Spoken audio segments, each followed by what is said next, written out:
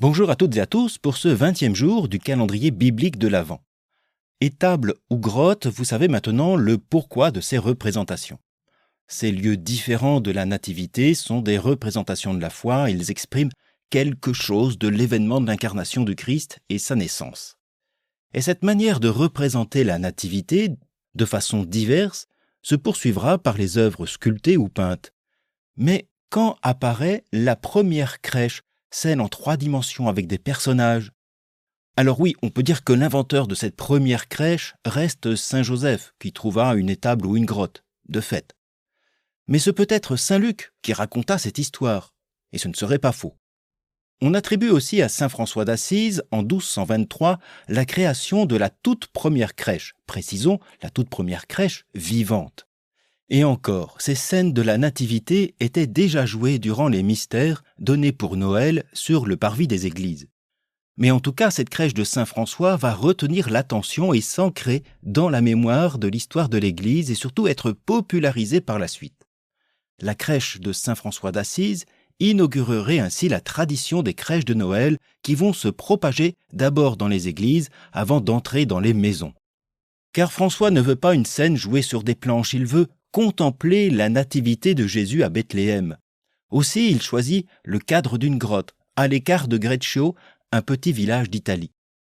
Ce ne sont pas des acteurs, mais les habitants eux-mêmes qui endosseront les rôles, ainsi que leur âne et un bœuf.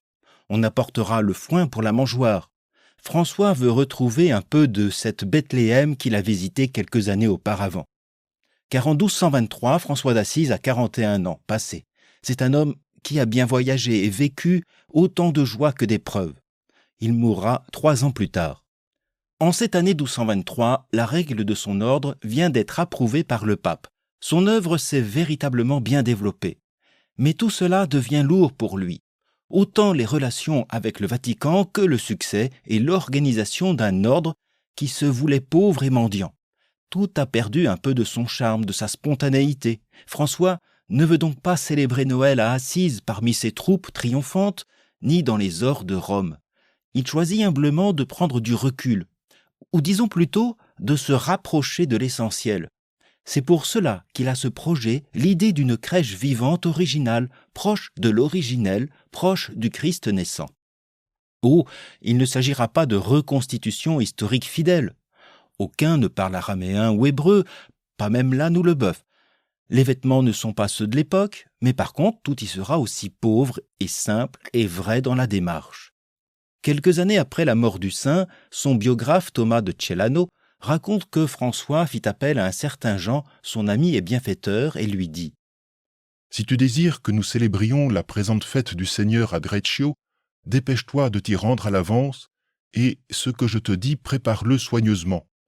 Car je veux faire mémoire de cet enfant qui est né à Bethléem, et observer en détail autant que possible de mes yeux corporels les désagréments de ses besoins d'enfant, comment il était couché dans une crèche, et comment, à côté d'un bœuf et d'un âne, il a été posé sur le foin.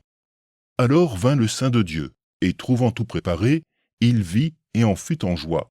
De fait, on prépare une crèche, on apporte du foin, on conduit un bœuf et un âne. Là est honorée la simplicité, exaltée la pauvreté, louée l'humilité, et l'on fait de Greccio comme une nouvelle Bethléem. » La crèche de François d'Assise était donc plus qu'un décor de Noël, n'était pas encore une tradition. Il désirait simplement contempler cette crèche au sein de cette grotte dans laquelle il y célébrera la messe de minuit. Par la suite, la tradition veut que Sainte Claire d'Assise fît de même chaque année, et par l'entremise des prédications des frères franciscains, la coutume de la crèche de Noël se répandit dans toute l'Italie puis en Europe. Et cela jusqu'à nos jours. Nos crèches, parfois peuplées de santons, parfois anciennes ou modernes, ont un peu de ce même dessein. Contempler ce Christ naissant dans la pauvreté d'une crèche. Mais pourquoi parle-t-on de crèche? Que signifie exactement ce mot? Eh bien, pour le découvrir ou découvrir bien d'autres choses encore, je vous donne rendez-vous demain pour notre prochain épisode du calendrier de l'Avent sur Au Large Biblique.